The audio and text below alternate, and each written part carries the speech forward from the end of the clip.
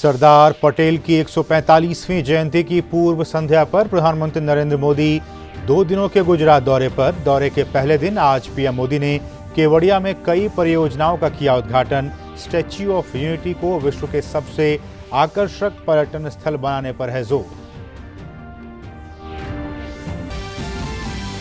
गुजरात के केवड़िया में पीएम मोदी ने बच्चों के लिए विश्व का अपनी तरह का तकनीक संचालित पोषण पार्क का किया उद्घाटन। एकता मॉल, जंगल सफारी और एकता क्रूज सेवा राष्ट्र को किया समर्पित।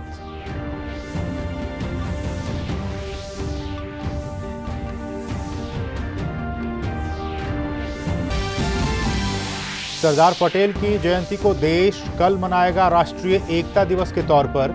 राष्ट्रपति रामनाथ कोविंद दिल्ली में सरदार पटेल को देंगे श्रद्धांजलि। प्रधानमंत्री Narendra Modi statue of unity पहुंचकर सरदार साहब को करेंगे पुष्पांजलि अर्पित। एकता दिवस परेड में लेंगे हिस्सा।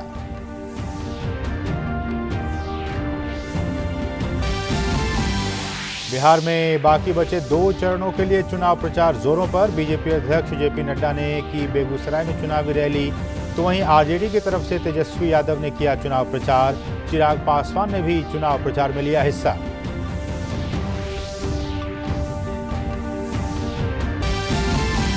और बीते 3 महीनों में पहली बार कोरोना के सक्रिय मामलों की संख्या पहुंची 6 लाख से नीचे। पश्चिम बंगाल, दिल्ली और केरल में कोविड मामलों में बढ़ोतरी।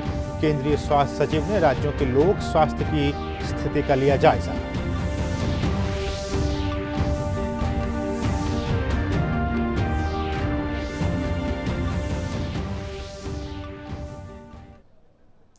नमस्कार, डीडी न्यूज में आप सभी का स्वागत है। मैं हूं असीम मिश्रा। गुजरात के 2 दिवसीय दौरे पर गए प्रधानमंत्री नरेंद्र मोदी केवड़िया जिले में आरोग्य वन का आज उन्होंने उद्घाटन किया।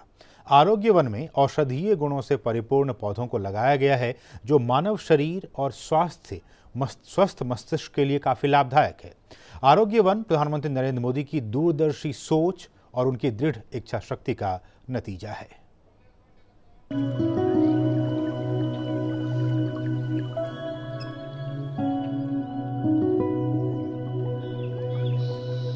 सतपुड़ा और विंध्याचल पर्वत श्रृंखलाओं की पृष्ठभूमि और पवित्र नर्मदा का जल, पूरा वातावरण एक अनोखी छटा लिए हुए 2 वर्ष पहले स्टैच्यू ऑफ यूनिटी को प्रधानमंत्री द्वारा राष्ट्र को समर्पित किया गया था।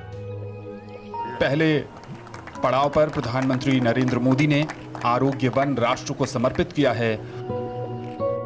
आरोग्य वन, जिसकी कल्पना प्रधानमंत्री नरेंद्र मोदी ने 2018 के अपने केवड़िया दौरे के दौरान की थी, और बहुत ही कम समय में आरोग्य वन का कार्य पूरा किया गया है। प्रधानमंत्री Shri Narendra Modi digital information centre में अवलोकन करते हुए, ये बड़ी एंड्रॉइड टच स्क्रीन है जिसमें हमारे आरोग्य वन के आकर्षण केंद्र औषध मानव का जानकारी दिया है। इसमें 60 प्रकार की अलग अलग औषधि का वावेतन किया गया है, और इसकी खासियत है कि जो अंग में जो औषधि का उपयोग होता है वो अंग में वही आपको औषधि मिलेगी। आरोग्य वन के वो भाग जिनका यहाँ पर डिजिटल फॉर्मेट में प्रदर्शन किया गया है। माननीय प्रधानमंत्री स्वयं बहुत रुचि लेते हैं तकनीक के समावेश में, हर एक निर्माण में, और ये डिजिटल इंफॉर्मेशन सिस्टम अपने आप में सारे आरोग्य वन में जो अलग अलग उद्यान हैं, जो अलग अलग गार्डन हैं,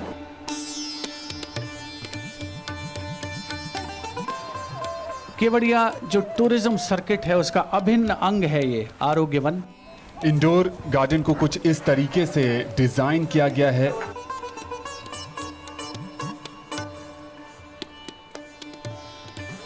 यहाँ पर ये फाइटस लहराता है। लहराता मतलब वेव होता है, जो वो लेटिन वर्ड है उसका मीनिंग होता है वेव, और इसके जो लीव्स है, पत्ते, वो वेवी है, लहरे जैसे, इसीलिए इसको फाइटस लहराता कहते हैं।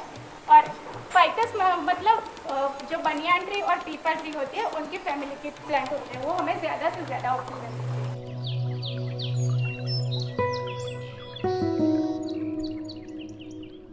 आरोग्य वन का एक विशिष्ट भाग आरोग्य कुटीर रोगों से निदान में भी महत्वपूर्ण भूमिका निभाएगा। आरोग्य कुटीर में कई तरह की चिकित्सा पद्धतियां हैं, जिसमें शिरोधारा, स्नेहपानम, सिरोवस्ती, उदावर्धनम, स्पाइनल बाथ जैसी सुविधाएं हैं। ये वो इलाका है जो औषध मानव का क्षेत्र है जहां पे 80 गुना 40 मीटर का औषध मानव है और औषध मानव के अंदर 60 प्रकार के औषधीय पौधे हैं और इसमें शरीर के जिस हिस्से में जो परेशानी है उसी हिस्से में वो पौधे लगाए गए हैं। आराम की मुद्रा में औषध मानव, इसमें 2 पॉइंट ऐसे हैं, घुटने के पास दिन में वो सेल्फी पॉइंट बन जाता है और जब सूर्य अस्त होता है तो वो सनसेट पॉइंट भी बन जाता है। आरोग्यवन आत्मनिर्भर भारत का भी एक बेहतरीन उदाहरण है। प्रधानमंत्री इस देश को आत्मनिर्भरता की ओर ले जा रहे हैं। महात्मा गांधी ने भी आत्मनिर्भर और स्वावलंबन की बात की थी। हम भी आगे जाना चाहते हैं और हम भी आगे कुछ करना चाहते हैं। मुझे ऐसा अंदर से फील होता है कि मुझे सेल्फ डिपेंडेंट बनना है, आत्मनिर्भर बनना है। स्वयं सहायता ग्रुप जो कि आरोग्यवन का एक अभिन्न अंग है। आप इस आरोग्य कैफे से औषधीय पौधे, आयुर्वेदिक उत्पाद खरीद सकते हैं और यहाँ की दुकानों को स्थानीय आदिवासी महिलाओं का सेल्फ हेल्प ग्रुप चलाता है। आरोग्यवन महज औषधि और स्वास्थ्य से जुड़े पौधों का बागीचा नहीं, बल्कि प्रकृति के करीब बैठकर योग और ध्यान करने का एक केंद्र भी है, जो आरोग्य का कारगर उपाय है, जो एहसास दिलाता है कि योग, ध्यान और प्रकृति से निकटता और प्रेम से बढ़कर कोई औषधि नहीं है। Bureau report, DD news.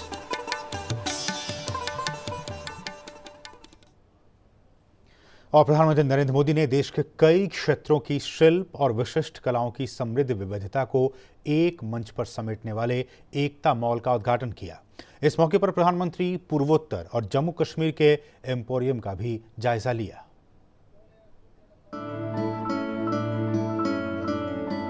अपने नाम से ही स्पष्ट है कि एकता मॉल भारत के अलग अलग राज्यों के हस्तशिल्पों का एक अनूठा संगम है। प्रधानमंत्री एकता मॉल का उद्घाटन करते हुए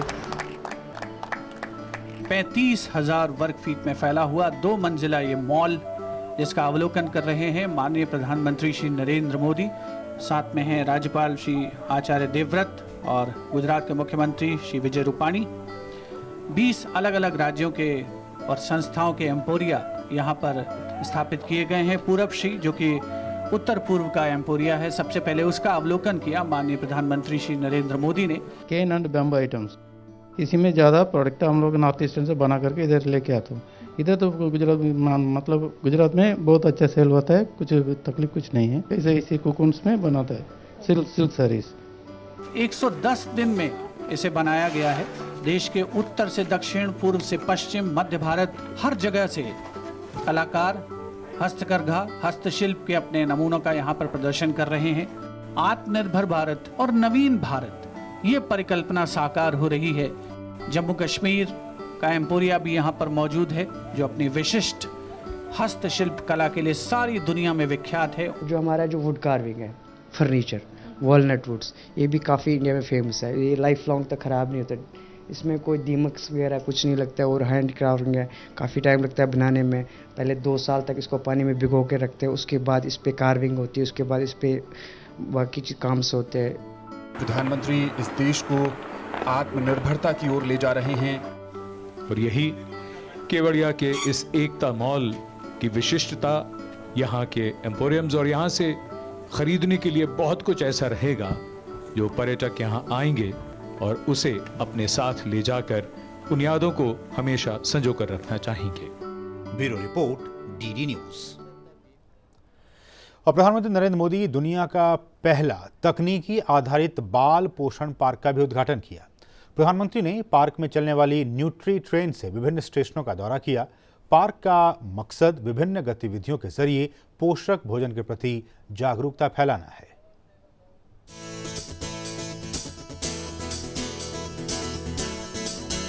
सही पोषण, देश रोशन।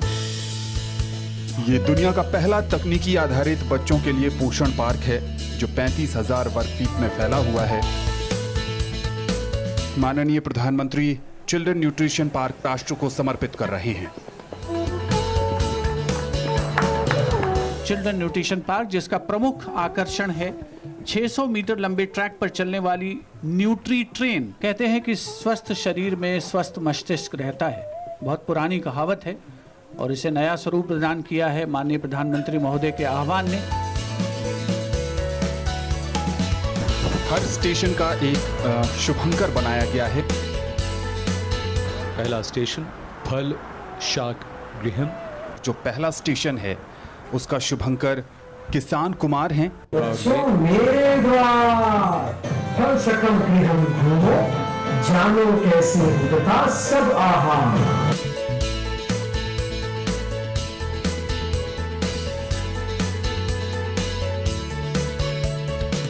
दूसरा स्टेशन आयोनगरी।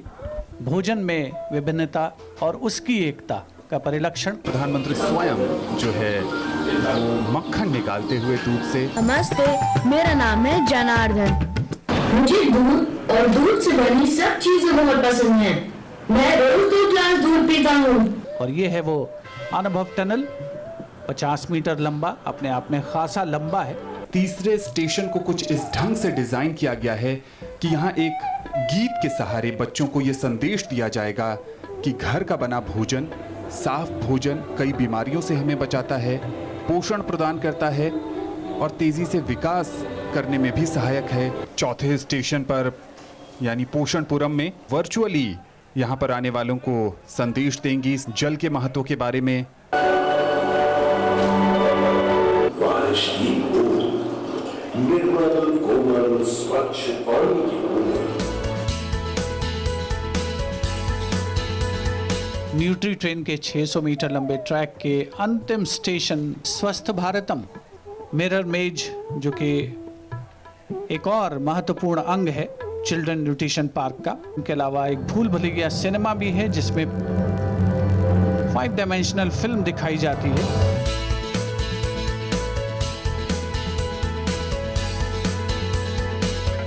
यहाँ पर एक 5D फिल्म भी है। अब हम तैयार हैं पूरे भारत की थाली का स्वाद चखने के लिए। सफर से थक गए होंगे, अंदर आ जाओ, मैंने तुम्हारे स्वागत में बहुत से पकवान बनाए हैं।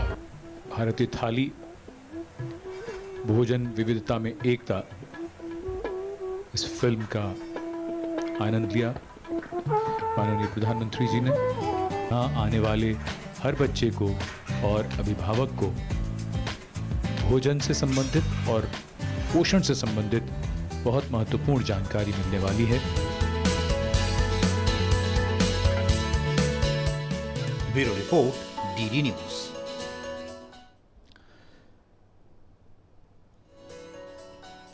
और प्रधानमंत्री नरेंद्र मोदी ने नर्मदा जिले के केवड़िया में सरदार पटेल प्राणी उद्यान का भी उद्घाटन किया। इसे जंगल सफारी के नाम से भी जाना जाता है। प्राणी उद्यान का उद्घाटन करने के बाद प्रधानमंत्री नरेंद्र मोदी उसके दौरे पर निकले। पीएम सबसे पहले उस हिस्से में गए जहां शेर, बाघ और तेंदुए जैसे जानवर रखे गए थे।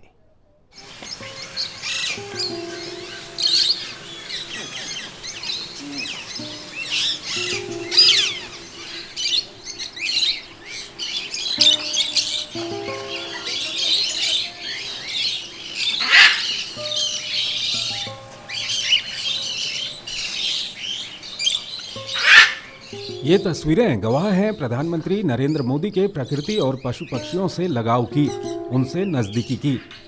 प्रधानमंत्री जब ऐसे पक्षियों के साथ होते हैं तो उनका स्वरूप अलग ही होता है। ये तस्वीरें हैं केवड़िया में स्थित सरदार पटेल प्राणी उद्यान की। शुक्रवार को केवड़िया पहुंचे पीएम मोदी ने इस प्राणी उद्यान और जंगल सफारी का उद्घाटन किया।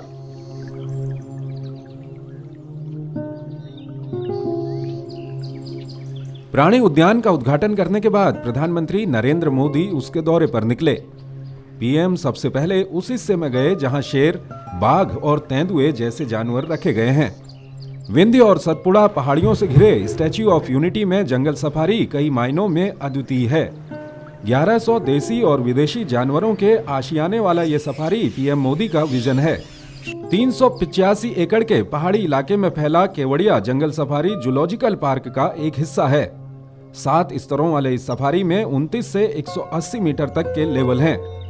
देश विदेश के कई प्रतिष्ठित चिड़ियाघरों से जीवों को यहाँ लाया गया है। प्राणी उद्यान के 2 हिस्से हैं। एक हिस्से में भारत के पशु पक्षी हैं तो दूसरे हिस्से में दुनिया के अलग अलग हिस्सों से लाए गए जीव जंतु। भारतीय हिस्से में अलग अलग प्रजाति के 500 से ज्यादा पक्षी हैं। उनके भोजन के लिए 30 से ज्यादा प्रकार की घास और पौधे भी यहाँ उगाए गए हैं। इसके बाद प्रधानमंत्री प्राणी उद्यान की पक्षीशाला गए, जहाँ अलग पक्षियों को नजदीक से निहारा और कई बार छोटे छोटे जानवरों के साथ खेलते नजर आए। प्रधानमंत्री ने कई जगहों पर रुककर फोटो भी खिंचवाए तो अधिकारियों को सुझाव भी दिए। प्रधानमंत्री नरेंद्र मोदी के मार्गदर्शन और उनके विजन से स्टैच्यू ऑफ यूनिटी के पास बना ये जंगल सफारी केवल 6 महीने में तैयार हुआ है।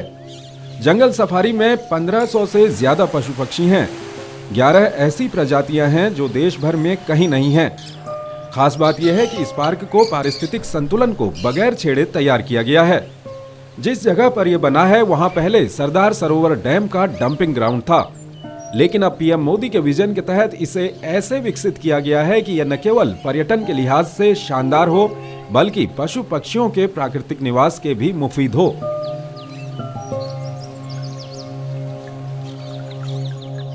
ये विहंगम दृश्य हैं विंध्य और सतपुड़ा पहाड़ियों की पृष्ठभूमि और मां नर्मदा के आंचल से देश की एकता और अखंडता के सूत्रधार रहे लौह पुरुष सरदार वल्लभ भाई पटेल की स्टैच्यू को देखने का। नर्मदा नदी की कलकल करती लहरों के बीच एकता क्रूज पर सवार पीएम मोदी ने डेक पर खड़े होकर न केवल अस्तांचल होते सूर्य का मनभावन दृश्य देखा,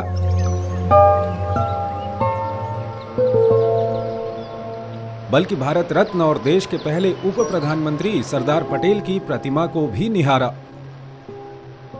केवड़िया में श्रेष्ठ भारत भवन से लेकर स्टैच्यू ऑफ यूनिटी की 6 किलोमीटर की दूरी नर्मदा नदी की लहरों पर सवार होकर तय करने के लिए शुक्रवार को पीएम मोदी ने खुद एकता क्रूज सेवा का शुभारंभ किया। इस यात्रा को 40 मिनट में तय किया जाएगा। इसके अलावा एक अन्य फेरी सर्विस भी है जिसे यूनिटी 2 नाम दिया गया है। तेज रफ्तार वाली ये सेवा 25 मिनट में ही इस सफर को पूरा करेगी और इसमें एक बार में 25 यात्री ही सफर कर सकेंगे। Bureau report, DD news. और प्रधानमंत्री नरेंद्र मोदी ने केवड़िया में विकास की तमाम परियोजनाओं को गति देते हुए 17 परियोजनाओं का लोकार्पण किया। केवड़िया क्षेत्र में रात्रि पर्यटन नाइट टूरिज्म को बढ़ावा देने के मकसद से सरदार सरोवर बांध पर के आसपास डेकोरेटिव लाइटिंग के उद्घाटन के साथ ही कैक्टस गार्डन और ग्लो गार्डन राष्ट्र को समर्पित किया।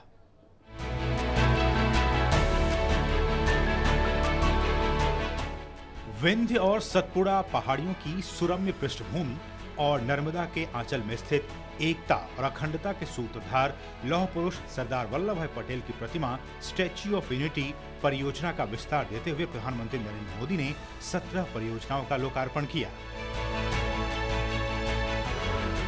साथ ही 4 नई परियोजनाओं की भी आधारशिला रखी।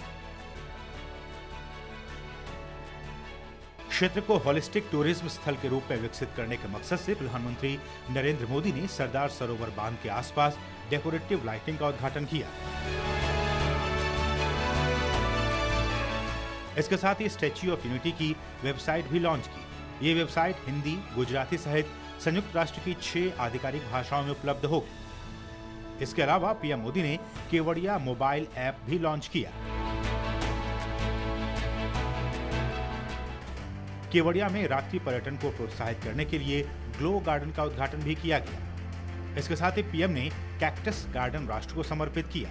यहाँ छोटी बड़ी करीब हर प्रजाति की कैक्टस मौजूद है। रंग बिरंगी रोशनियां, कलात्मक वैभव, लाइट्स पर पड़ने वाली तकनीकी इफेक्ट से बदलता रोशनियों का प्रभाव, मानो रंगों, कला और प्रकाश की अलग दुनिया, जो पर्यटकों को लुभाने के लिए काफी है।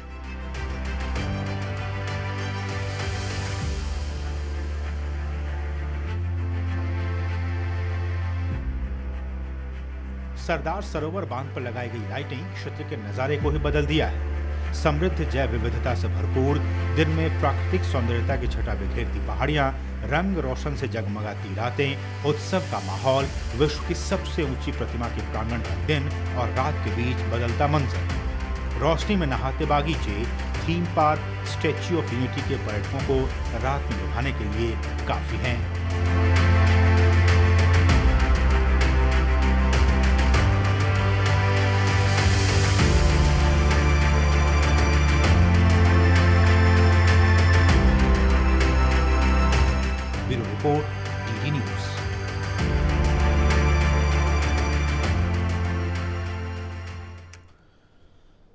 और अब बात बिहार चुनाव की।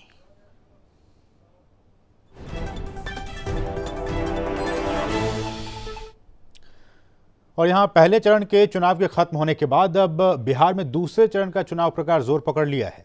शुक्रवार को राज्य में बीजेपी, आरजेडी और लोजपा सहित तमाम दूसरे दलों की तरफ से भी चुनावी रैलियों का आयोजन किया गया। बीजेपी अध्यक्ष जेपी नड्डा बिहार में थे, वो बेगूसराय और सिवान में उन्होंने चुनावी रैली की, तो वहीं केंद्रीय मंत्री और बीजेपी नेता रविशंकर प्रसाद ने पटना में एक प्रेस कॉन्फ्रेंस को संबोधित किया। आरजेडी नेता तेजस्वी यादव ने तेघड़ा और विभूतिपुर में चुनावी सभाओं को संबोधित किया। वहीं एलजेपी नेता चिराग पासवान ने पटना में एक बयान में मुंगेर जैसी घटना के लिए नीतीश कुमार को जिम्मेदार ठहराया। स्वच्छ भारत अभियान केंद्र सरकार की एक महत्वपूर्ण योजना दुनिया भर में बड़ी कामयाबी को लेकर जानी जाती है। अंतर्राष्ट्रीय संस्थाओं की माने तो योजना ने ग्रामीण भारत में प्रति घर सालाना 53,000 रुपए का लाभ पहुंचाया है। वैश्विक स्तर पर प्रसिद्ध हेल्थ और हाइजीन को लेकर काम कर रही संस्थाओं ने भी इसकी तस्दीक की है कि स्वच्छ भारत अभियान की बदौलत डायरिया, हैजा, कॉलरा जैसी महामारी में कमी आई है और इसने लाखों जिंदगियां बचाई हैं। एक रिपोर्ट। हाल ही में स्वच्छ भारत ग्रामीण को लेकर किए गए सर्वे में कुछ और नए तथ्यों का खुलासा हुआ है। घरेलू खर्च पर वित्तीय रिटर्न लागत का 1.7 गुना लाभ इस योजना के बाद मिला है, जबकि 10 वर्षों में कुल खर्च पर समाज को रिटर्न के तौर पर लागत का 4.3 गुना मिला है। यानी स्वच्छ भारत अभियान में जितने खर्च हुए हैं उसका ब्याज समेत इससे होने वाले फायदे ने पूरा कर दिया है। हाल ही में साइंस डायरेक्ट जर्नल में प्रकाशित यह रिपोर्ट स्वच्छ भारत अभियान का आर्थिक विश्लेषण पेश करती है। रिपोर्ट के मुताबिक गरीबों को 2.6 गुना वित्तीय रिटर्न और 5.7 गुना सामाजिक रिटर्न प्राप्त हुआ है। यह सर्वेक्षण 20 जुलाई से 11 अगस्त 2017 के बीच 12 राज्यों के 10,051 ग्रामीण घरों की स्थिति और उनकी फीडबैक के आधार पर तैयार किया गया था। प्रधानमंत्री नरेंद्र मोदी ने 2 अक्टूबर 2014 को स्वच्छ भारत अभियान की शुरुआत की थी। अक्टूबर 2019 तक देश को स्वच्छ बनाने का संकल्प लिया गया था। देश में स्वच्छता का दायरा महज 38.7% था। 2 अक्टूबर 2019 को संकल्प सिद्ध हुआ और देश 100% खुले में शौच से मुक्त घोषित हुआ। इस दौरान 10 करोड़ से भी ज्यादा घरेलू शौचालयों का निर्माण हुआ। प्रति घर शौचालय निर्माण में तकरीबन 19,000 का इन्वेस्टमेंट था, जबकि प्रतिवर्ष इसके रखरखाव में तकरीबन 2700 रुपए खर्च होना स्वाभाविक था। लेकिन उस परिवार में सीधे लाभ उस मेडिकल बिल को लेकर मिला जिसमें प्रतिवर्ष 9,000 रुपए खर्च हो जाते थे। तकरीबन 4,000 रुपए की सालाना बचत की प्रति परिवार गारंटी है। 2/3 यानी 69.5% से अधिक परिवारों को औसत 13,000 रुपए से अधिक सरकारी अनुदान प्राप्त हुआ। इन घरों में 63.8% ने सरकारी सब्सिडी के पूरक अपना निवेश किया, जो कि अतिरिक्त औसतन 11,000 रुपए से अधिक का था। अध्ययन में पाया गया है कि प्रति घर 5,000 रुपए का वार्षिक लाभ मिला। इसमें 55% मुख्य रूप से डायरिया की कम घटनाओं से जुड़ी बचत और 45% स्वच्छ शौचालय के कारण अन्य संक्रमण को रोकने में होने वाले फायदे। यह भी पाया गया कि समय से पहले मौत में कमी के कारण स्वास्थ्य संबंधी लाभ प्रति परिवार लगभग 18,000 रुपए प्रति वर्ष था। अगर प्रति घर प्रति परिवार शौचालय के उपयोग करने पर लगने वाले समय की बचत मूल्य का आकलन करें तो ये 24,000 रुपए निकलता है। इन आंकड़ों की विश्वसनीयता इसलिए और बढ़ जाती है जब ग्रामीण इलाके में शौचालय व्यवहार करने वाले और नहीं करने वाले परिवारों में स्वास्थ्य और हाइजीन संबंधी तुलना बारीकी से की गई है। Chandrashekhar, DD news. और अब कुछ देश की दूसरी अहम खबरें। कश्मीर के आईजी विजय कुमार ने कुलगाम के वाईकेपुरा क्षेत्र का दौरा किया, जहां कल आतंकवादियों ने फिदा हुसैन जिला भाजपा युवा मोर्चा के महासचिव सहित 3 भाजपा कार्यकर्ताओं पर गोलीबारी की थी। आईजी ने बताया कि इस हमले में लश्कर ए तैयबा और एक स्थानीय आतंकी का नाम सामने आ रहा है। सुरक्षा बलों ने शुक्रवार को जम्मू एवं कश्मीर के राजौरी जिले में एक आतंकवादी ठिकाने का भंडाफोड़ किया। भारी मात्रा में हथियार और गोला बारूद बरामद किया। राजौरी के एसएसपी ने बताया कि विशेष सूचना के आधार पर यह अभियान चलाया गया था। हथियारों की बरामदगी के बाद सुरक्षा बलों ने आसपास के इलाकों में तलाशी अभियान जारी रखा हुआ है। हिमाचल प्रदेश के मुख्यमंत्री जयराम ठाकुर ने शिमला से वीडियो कॉन्फ्रेंसिंग के जरिए मंडी जिला के सुंदरनगर विधानसभा क्षेत्र में 24 करोड़ 7 लाख रुपए की विकास से जुड़ी कई परियोजनाओं की आधारशिला रखी और उद्घाटन किया। जिष्णु बरुआ को असम सरकार का नया मुख्य सचिव नियुक्त किया गया। बरुआ, अभिगृह एवं राजनीतिक, राजस्व और आपदा प्रबंधन और असम समझौता अनुपालन जैसे विभागों के अतिरिक्त मुख्य सचिव हैं। वो शनिवार को राज्य के मुख्य सचिव का पदभार संभालेंगे।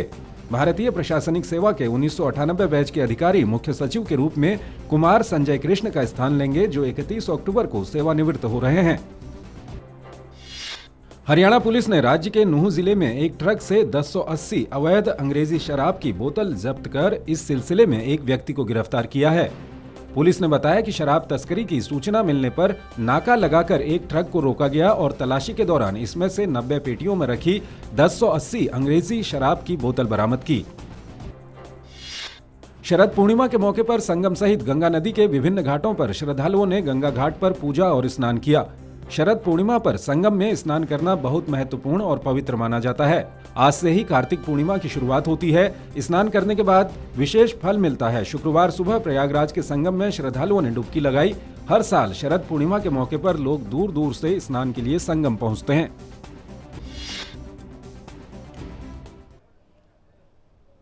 और अब बात अमेरिकी चुनाव की। अमेरिका में राष्ट्रपति चुनाव में जैसे जैसे चुनाव की तारीख नजदीक आ रही है, डेमोक्रेट और रिपब्लिक उम्मीदवारों का चुनाव प्रचार तेज होता जा रहा है। रिपब्लिकन उम्मीदवार वर्तमान राष्ट्रपति डोनाल्ड ट्रंप का मुकाबला इन चुनाव में डेमोक्रेट उम्मीदवार जो बाइडेन के साथ है। चुनावों से ठीक पहले अमेरिकी अर्थव्यवस्था में आई तेजी से रिपब्लिकन कैंप में उत्साह है। दरअसल कोरोना से तंगहाल हुई अमेरिकी अर्थव्यवस्था में अचानक 33% की तेजी देखी गई है। वहीं डेमोक्रेट उम्मीदवार जो बाइडेन भी अपनी चुनावी रैलियों में कोरोना वायरस संक्रमण से जुड़े मुद्दों को जोर शोर से उठा रहे हैं।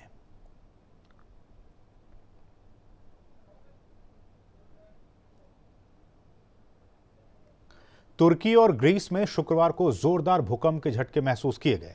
यूएसजीएस के मुताबिक रिक्टर स्केल पर भूकंप की तीव्रता 7 आंकी गई। भूकंप की वजह से इजमिर शहर में इमारतों और अन्य भवनों को काफी नुकसान पहुंचा है। खबरों के मुताबिक भूकंप के कारण काफी संख्या में जान माल की क्षति होने की आशंका जताई जा रही है। यूरोपियन मेडिटेरेनियन सिस्मोलॉजिकल सेंटर के मुताबिक भूकंप का केंद्र समोस के ग्रीक द्वीप से 13 किलोमीटर उत्तर पूर्व में था। और बुलेटिन के आखिर में आपको छोड़े जाते हैं पीएम के गुजरात दौरे के कुछ रोचक तस्वीरों के साथ। आप इन तस्वीरों को देखिए और हमें दीजिए अनुमति। नमस्कार।